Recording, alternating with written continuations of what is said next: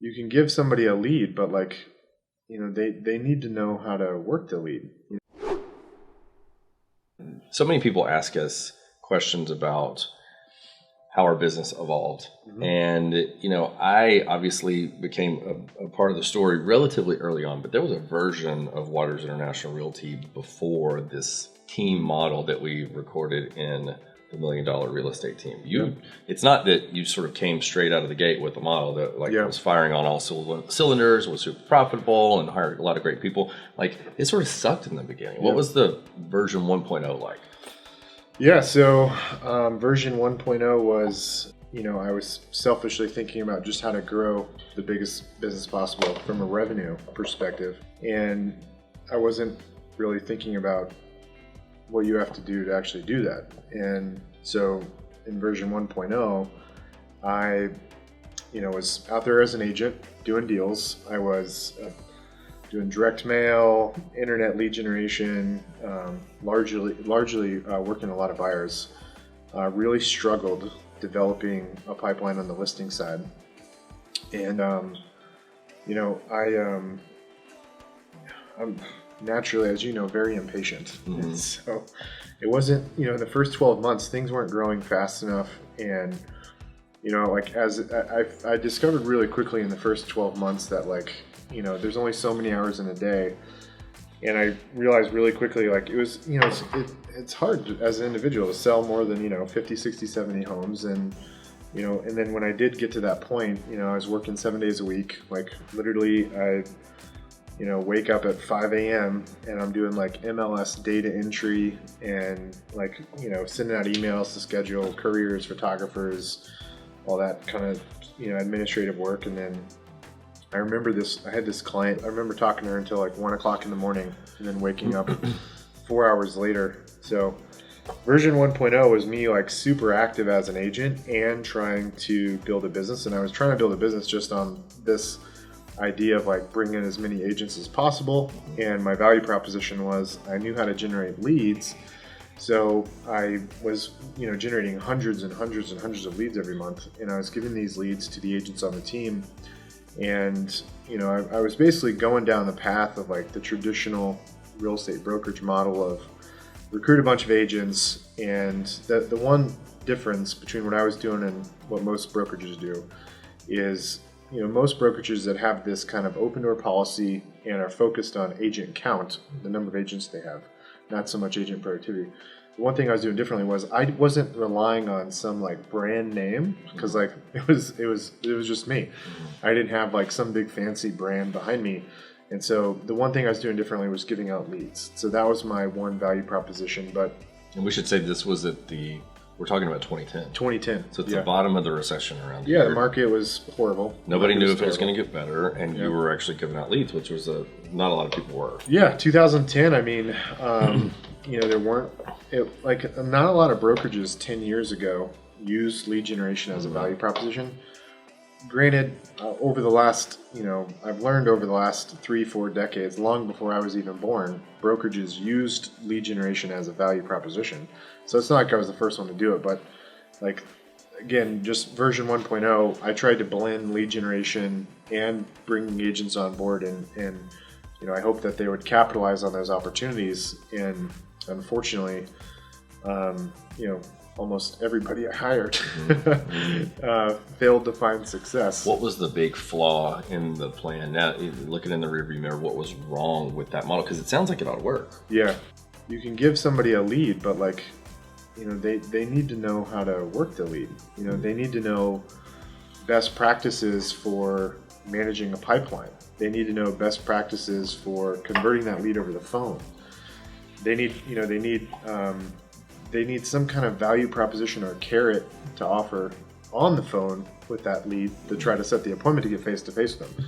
And then once you get face-to-face, you need to have some kind of reason as to why the consumer should work with you. And then finally, they need to be a market expert. So I didn't recognize that at that point. I didn't recognize how important it was going to be to focus on helping the agents I brought in and I gave these leads to. I didn't realize how important it was going to be to help them knock those dominoes down. So, you know, I had this expectation. I'd give people leads and they would convert them and everything would work itself out. But most of the people I brought into the business, a lot of them had actually been in the industry a really long time. And, you know, there were a lot of people that, had struggled for 5, 10, 15, 20 years before they came to work for me and joined the team. And they, I think as a business owner, you got to ask yourself, if they couldn't find success in their eyes after 10, 15, 20 years, especially for somebody that's a rookie in the grand scheme of things, like, do you really think you could help kind of, create a major shift in their life and in their business or in their career trajectory? And so I think I massively underestimated what it would take to create a huge monumental shift in someone's trajectory of their career after they had already been in the business 10, 15, 20 years. I'd kind of hoped the people the reason I recruited all these agents that had been in the business a long time was because I knew I couldn't really train them how to be the best agents possible, because like I wasn't even at that point the best agent out there. I knew how to work leads and convert leads and close deals, but I didn't, I hadn't pieced all the puzzle pieces together and created that, roadmap to help agents be successful, because I hadn't internalized it myself, what I had to go through to, figure out how to close a lot of deals. So before we go any further, just kind of, reminding everybody that you're mostly at this point focusing on doing your own deals. This is sort of a secondary project as far as recruiting and bringing up these agents. It's stalling out because they're not taking advantage of the opportunities, and maybe they didn't have the skills and whatnot, and didn't get the training that they needed. Also probably hired the wrong people, right? What's going on in your personal life at this stage? Like, what are the stressors and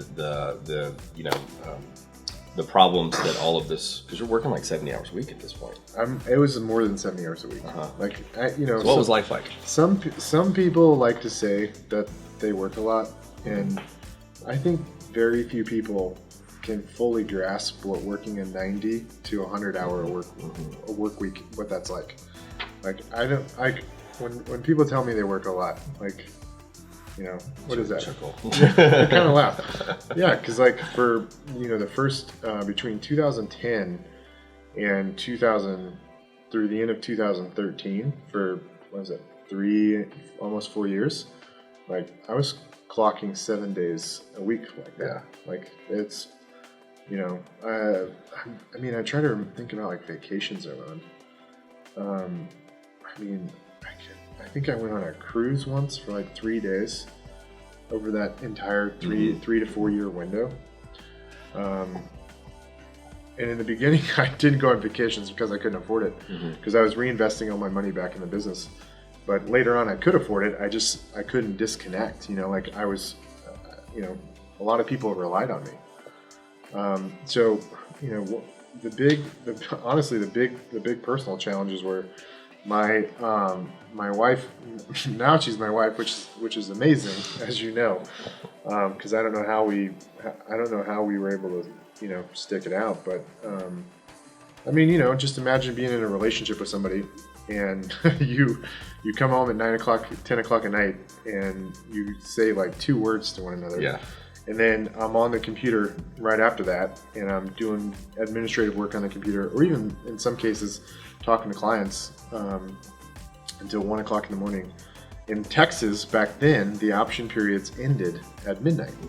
So like literally we could be quite regularly be negotiating deals at 11:30 at night. And that was a normal occurrence. And then, as you know, after you negotiate a deal, there's all the paperwork you got to deal with afterwards, which will keep you up to 1 o'clock in the morning. So, it's to say my personal life was a struggle would be a massive understatement. And I don't know how my wife and I made it through those first 3 to 4 years, because like I was a terrible boyfriend.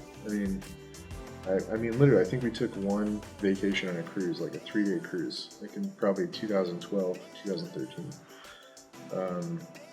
You know, so it was, yeah, tough would be an understatement.